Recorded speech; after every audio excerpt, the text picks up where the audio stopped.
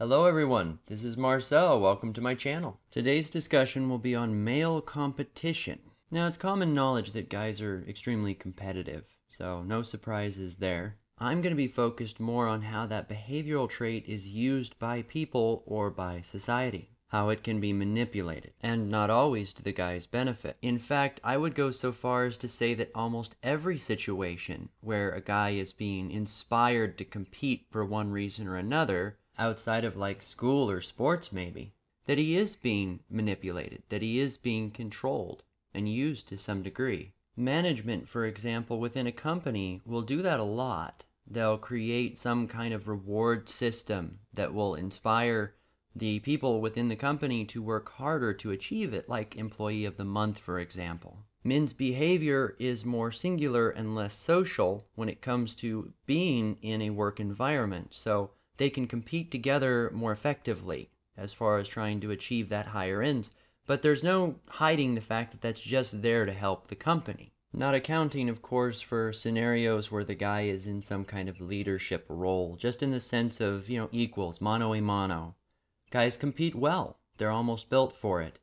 Now, when a guy looks up and sees that Employee of the Month sign, he's usually going to be thinking something like, I want to achieve that, or how do I put myself above others to where I can achieve that? He strives for that thing.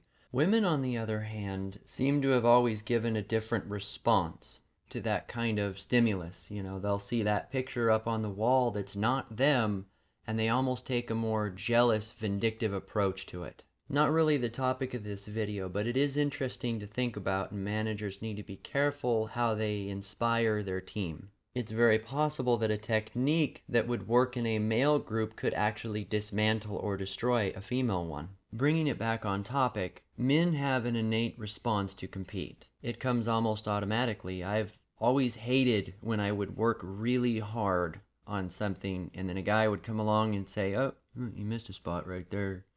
Just because he couldn't allow me to be successful at something that I had done, especially if it's really good. If you excel at something remarkably well, you will always have people that come up and try to pick it apart because they can't allow that to be as good as it is. They have to break it down. They have to pull it to pieces so that they don't feel as inadequate about themselves. That behavior is really common, especially amongst the male pecking order, when the underdog does something remarkable. Though not every situation in which guys are competing for one reason or another is detrimental to the guy himself, it is important to recognize that men have a vulnerability, a weakness you could say. That is that they are easy to pit against one another. Who's the strongest? Who's the fastest? Who's the smartest? Who's got the biggest wang? If it's something that can be done, earned, or accomplished, guys will be driven to the point of obsession trying to achieve it, to be just a little bit better than their peers. As men, it is important to reflect and recognize when one is being competitive and why. Considering how much time, energy, and resources is being invested into that competition, how it could be redirected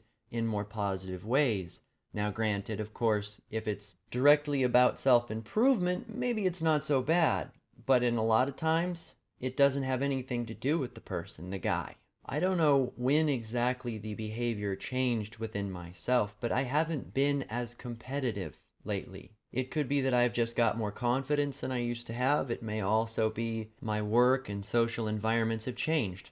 All good possibilities. I feel more like nowadays I can look at someone else's success and think, wow, good for them, good for him, and not have it affect me or kind of inspire any drive out of me to change my environment, my actions. As for my past, however, that was not always the case. I can think of a number of situations where I was very obviously manipulated. Outside of work and military, it was almost entirely around women. You can have a group of guys working together, getting stuff done, even having fun, but you throw a woman in the mix, come back a few minutes later, they're kicking the shit out of each other. Worst part is she knows exactly what she's doing. They do it on purpose. Even the concept of a white knight, for example. You think about it, what are knights? They're competitors. Now, I don't know where that phrase started from, but essentially, if you got a couple of knights doing something like jousting, you got the white knight and the black knight. The white knight's like, my lady, I will save you for your honor. I will defeat this evil doer over here. Not a big stretch to see where that started. It can be easy to think of white knights as a particular class of male, but in reality, I believe that it's only a behavioral trait. On-the-spot competitions for the attention of the woman that's in question. Guys are kidding themselves if they don't think women are doing it on purpose too, at least some of the time. I had a girlfriend once, years ago, cheated on me almost the entire time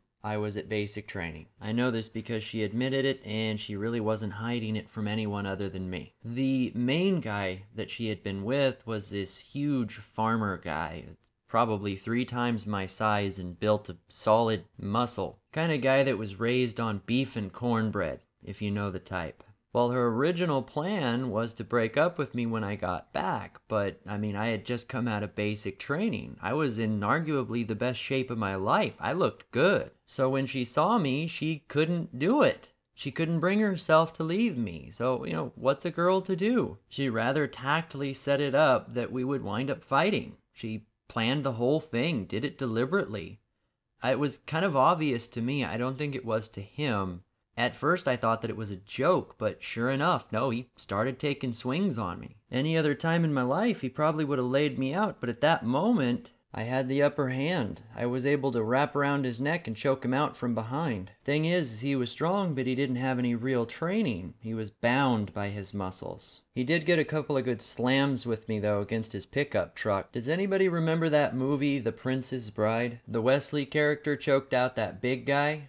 Sort of what it reminded me of. It was a very surreal experience. For me, I won the fight and ultimately continued dating the girl, but I felt like a total tool. I'm almost ashamed that it even happened. If it were to occur today, my response would be, you can have her. Granted, I'm in the mindset now where I would never fight for someone's affection. It doesn't even make sense to me now. Maybe fight the guy and hopefully win and then afterwards be like, nah, you can have her anyway. See, the thing is that I beat him, but I really didn't win. You never win when you're playing those sort of games with other guys, especially when it's for the wrong reasons. Interestingly enough, she admitted after the fact that she didn't expect me to win that fight. She told me, Marcel, I thought you were going to lose and that was going to be my excuse to break up with you. I was in my late teens, so I was still fairly naive. The relationship fell apart after that point, regardless. In the end, male competition is a very primal drive.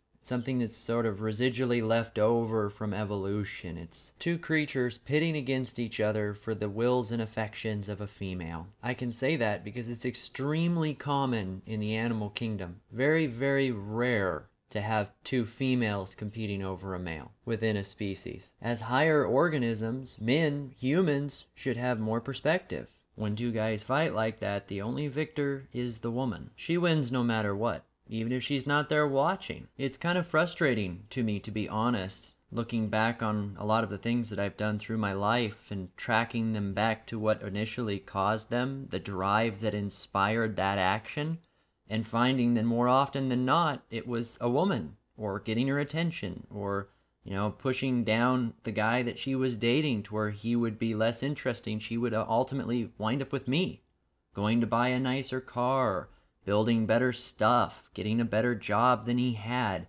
A lot of that rolled back to women. Now, maybe I benefited from some of it, had the cool car, got the nice job, but how much happier would I have been if I had directed that energy, that drive, towards something that I actually wanted to do or to have? If I remember correctly, Sandman spoke a lot about that, where women could potentially be a muse, almost an inspiration for men. If they're put in the right place and the correct context, they could drive men to accomplish great things. But the power from that has always been within the guy.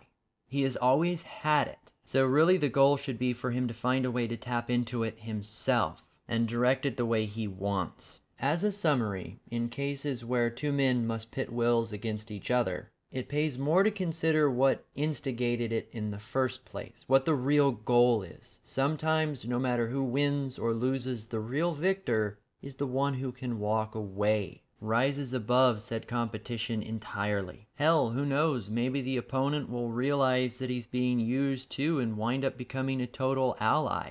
The real enemy could be recognized. But in cases where it's unavoidable, there's no way to get out of it.